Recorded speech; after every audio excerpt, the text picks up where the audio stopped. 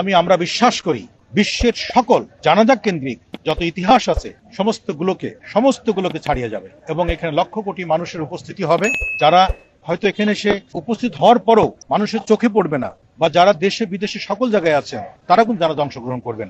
এইভাবে একটা কথাই বলা যায় যে সবচেয়ে বড় জানাজা এবং সবচেয়ে বড় উপস্থিতি কালকে জানাজায় হবে দেশনেত্রী বেগম খালেদা জিয়ার আদর্শের কারণেই। দেশনেত্রী বেগম খালেদা জিয়া অনেকবার মৃত্যুর দ্বারপ্রান্ত থেকে ফিরে এসেছেন। ডাক্তাররা বারবারই বলেছেন বিদেশের মাটিতে তার চিকিৎসার জন্য পাঠানোর জন্য। তিনি কোনোভাবেই রাজি হন নাই যে আমার দেশের মানুষকে রেখে এই দেশকে ফেলে নিজের শান্তি এবং সুখের জন্য কখনো আমি দেশের বাইরে যাব না। এই দেশে অনেক ভালো ডাক্তার আছে, দেশে অনেক ভালো হসপিটাল আছে, এখানে আমি চিকিৎসা নিব। সেই কথাটি তিনি প্রমাণ করলেন। আজকে তার মৃত্যু হয়েছে, আল্লাহ পাক তাকে নিয়ে গেছেন। এর মধ্য দিয়ে তার যে আদর্শিক বিষয়গুলি, তার যে রাষ্ট্র পরিচালনার যে কৌশলগুলি, তার যে দিক নির্দেশনাগুলি ছিল, সেগুলি আমাদের বুকে ধারণ করে এই শোককে শক্তিতে পরিণত করে দেশ পরিচালনার কাজে প্রত্যেককে কাজে লাগাতে হবে। উনি কখনো এই ধর্মের মানুষ ওই ধর্মের মানুষ, রাজনৈতিক দল হিসেবে কাউকে ছোট করে কথা বলা, কাউকে আঘাত করে কথা বলা, কাউকে কটাক্ষ করা, কাউকে প্রতিহত করার মানসিকতা আমরা ভিতরে কখনো লক্ষ্য করি নাই।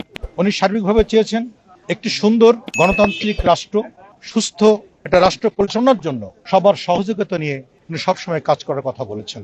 উনি 3 বারের প্রধানমন্ত্রী হিসেবে দেশ পরিচালনার মধ্য দিয়ে স্পষ্ট প্রমাণ হয়েছে সারা বিশ্বের কাছে এবং সারা বাংলাদেশের মানুষের কাছে উনি নিজের ব্যক্তিত্ব থেকেও দলকে এবং দলের থেকেও দেশকে প্রাধান্য দিয়েছেন। যার কারণে ওনার ঘোষণা যে ব্যক্তির থেকে দল বড়, দলের চেয়ে দেশ বড়। এই দেশের মাটি এবং মানুষের সাথে মিশে থাকার যে অঙ্গীকার তার ছিল, দেশের মাটি এবং দেশের মানুষের সাথে জড়িয়ে থাকার যে অঙ্গীকার তার ছিল, সেটি আজকে তার শেষ বিদায়ের মধ্য দিয়ে প্রমাণ করে গেলেন। এই অসুস্থতার মধ্যেও দেশে বিদেশে সকল ডাক্তার তাকে অনুরোধ পর্যন্ত করেছিলেন যে আপনি দেশের বাইরে চলে যান আরো উন্নত চিকিৎসার জন্য। স্পষ্ট করে বলেছেন যে আমি দেশের মানুষ এবং দেশের মাটির বাইরে আমি কখনো কোথাও যাব না। নিজের সুখ এবং শান্তি বড় নয়, দেশের মানুষ এবং দেশের মাটিকে আমি আঁকড়ে ধরে আমার